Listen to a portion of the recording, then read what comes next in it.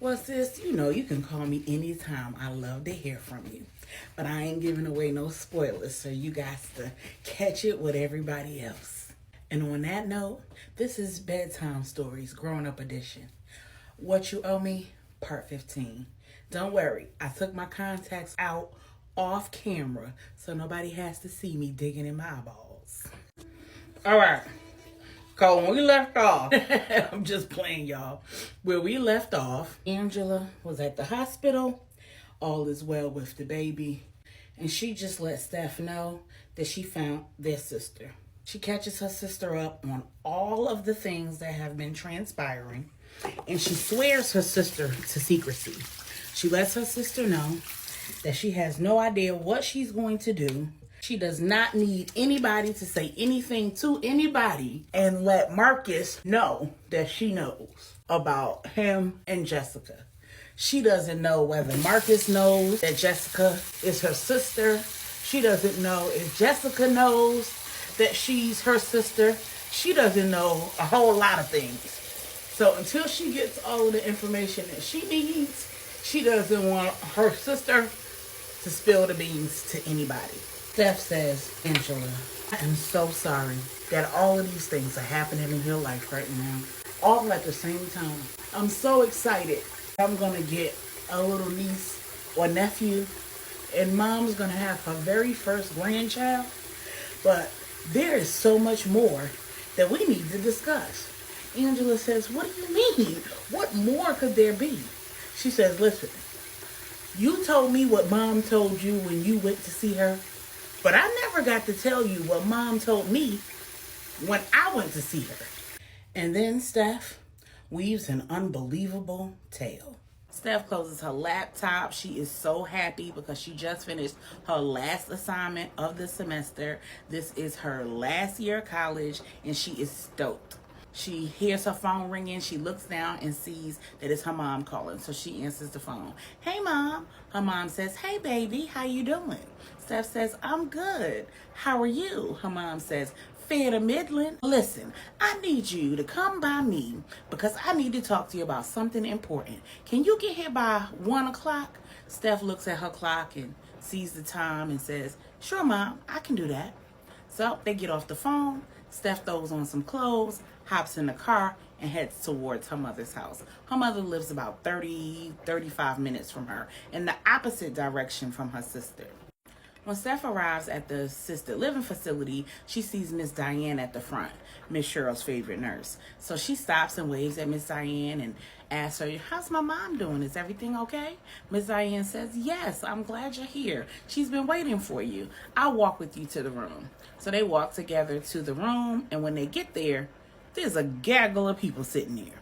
It's Brenda, her mom's attorney, one of the other nurses, her mom's doctor, and then Steph and Miss Diane. Miss Cheryl says, perfect timing. Let's get this show on the road. Have a seat, baby. Have a seat.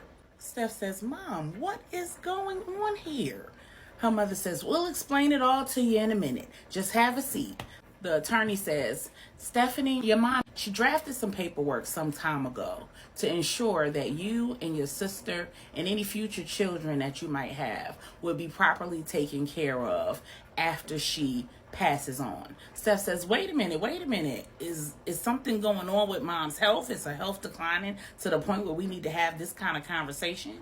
And the doctor says, well, no, it's not that her health is declining, but you do know that your mom's been diagnosed with dementia, and she has some days where she's not necessarily in touch with reality.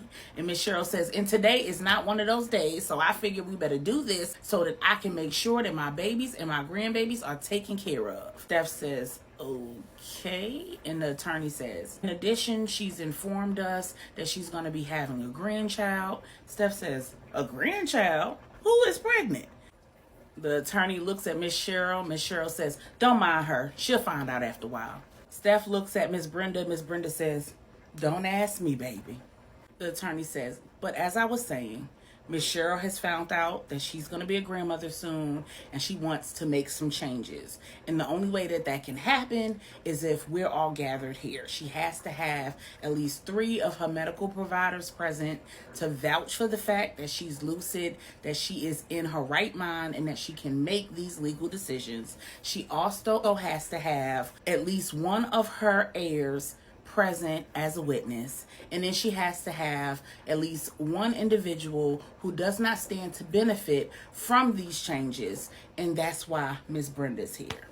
Miss Cheryl says, and Miss Brenda's here because she knows how to keep her damn mouth shut. So Steph, I need you to follow suit. Steph says, okay. The attorney says, as I was saying, when your father died, your mother inherited all of your father's assets. Those assets amount to about $5.7 million. Miss Cheryl says, I'm a rich... Steph says, Mom! The attorney then outlines how those funds are to be divided. There's a trust for all of Miss Cheryl's expenses until she passes on. Then what is remaining is divided between the heirs, the daughters, and any grandchildren who survive her. And then there's a trust for any grandchildren or great-grandchildren who are born after she's gone on to glory, and that this is information that has to be kept completely under wraps. The attorney says, now I'm going to turn the floor over to your mom, and she'll handle it from here. Miss Cheryl says, Steph, I got to tell you a whole lot, and I need you to listen because you know my mind be going in and out. Now listen, I have this beautiful house in Denver, and it's yours and your sister's. But I want you to let your sister have it because her and the baby are going to need to get the hell out of Dodge because that woman is just as crazy as her mama is. Her mama used to try all manner of things to take me up out of here. She tried to hurt me. She tried to hurt y'all girls. And I believe wholeheartedly that she was behind that car accident that killed your daddy and your sister. And I'm telling you, her daughter is just like her. So with that in mind, you make sure that your sister knows about this house. Jeffrey here, and she points at the attorney, has all of the information. He has the paperwork. He has the keys. The house will remain in my name until I pass on, and then it'll be in your name. That way, nobody will be able to trace it to her. She can get LJ to do whatever he needs to do to get her and that baby up out of here, but she needs to go. And she needs to go ASAP. Steph looks at the doctor and says, Doc, are you sure that she has all of her mental faculties and she can make these kinds of decisions? Because my sister is not pregnant. She has an IVF transfer scheduled for tomorrow, but she's not pregnant. Steph, Regina, and Angela all say at the same time, oh my God, how did Mom know? Miss Brenda walks into the hospital room at that exact moment and says, because us moms, we know everything. Unbeknownst to Angela, Steph, and Regina, Miss Brenda's been in the hall and she has been ear hustling and she has heard the entire conversation from start to finish. She now knows beyond a shadow of a doubt that Angela is pregnant. She knows that her son has been having an affair with Jessica. She knows that Jessica is the Jessie who is Angela and Steph's sister. And she knows that Mama, Miss Cheryl, is not out of her mind. She is absolutely on the money. Miss Brenda makes it a point to let Angela know that while she's been getting better, she's also been visiting Miss Cheryl. She's been checking out the place because she thinks that she wants to move into the assisted living facility. She lets Angela and Steph know that she's been talking with Miss Cheryl. And at first, she thought that Miss Cheryl was off her rocker.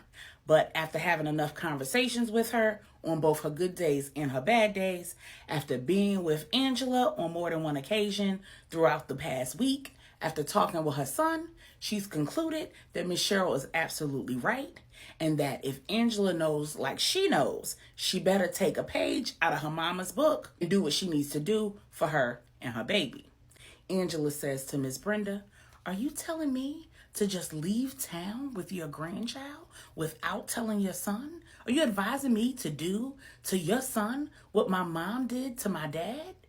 Miss Brenda says, baby, what your mom did to your dad is the only reason why you, your mom, and your sister here are even alive to tell the story.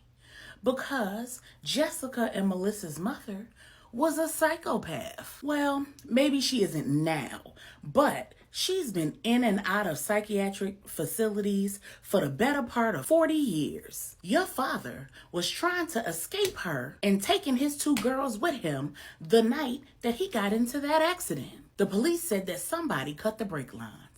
It wasn't an accident.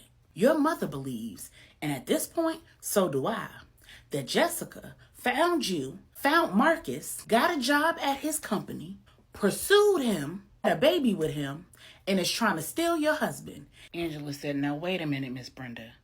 She may have plotted against me, but he had an affair all on his own.